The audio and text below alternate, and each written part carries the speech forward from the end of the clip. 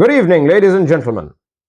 You are watching and listening to Historian Radio's Echoes of the News, and I am Muhammad Hussain Qazi, and these are today's headlines from the past.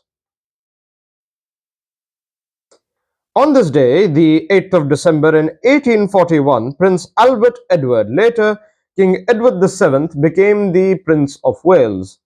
King Edward VII, or who was at this time known as Prince Albert Edward, would be one of the most well-known kings of the United Kingdom of Great Britain and Northern Ireland and of the British Empire.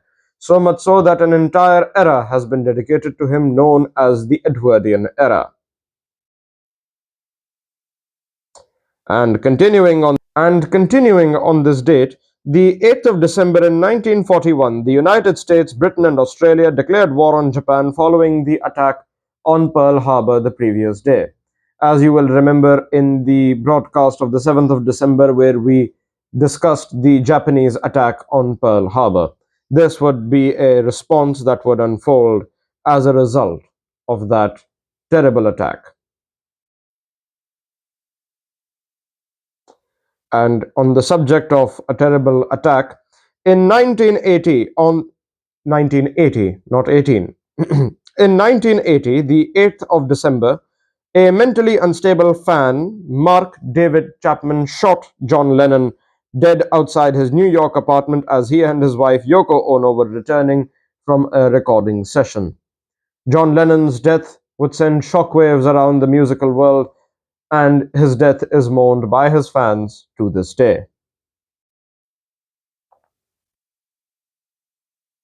And continuing on this date, in 1987, Presidents Gorbachev and Ronald Reagan signed the first ever treaty to reduce the USSR and the United States ground-based intermediate-range missiles, a significant move in the long and arduous attempt to thaw the tensions left by the Cold War.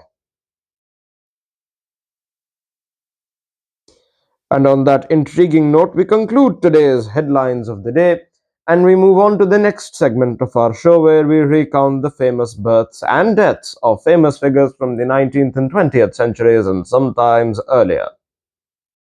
Born on this day, the 8th of December in 1542, was Mary Queen of Scots, who reigned as Scotland's queen from 1542 and married her cousin, the Earl of Darnley. After Darnley was assassinated, she married the Earl of Bothwell. A rebellion led to her abdication, and later Elizabeth I imprisoned her for the plot to restore the Roman Catholic religion and to take the throne from Elizabeth herself.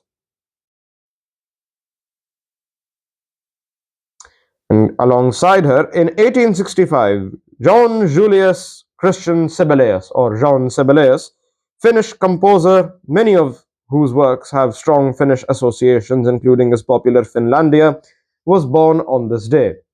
Jean Sibelius has been known, or has been remembered, as one of the most significant and iconic composers in the history of Western classical music. Fortunately, on this day, the 8th of December in 1859, Thomas De Quincey, English author best remembered for his autobiographical Confessions of an English Opium Eater, passed away. He lived to the age of 74 despite having taken opium since he was 19 years old, originally to relieve the pain of facial neuralgia. His death is mourned to this day.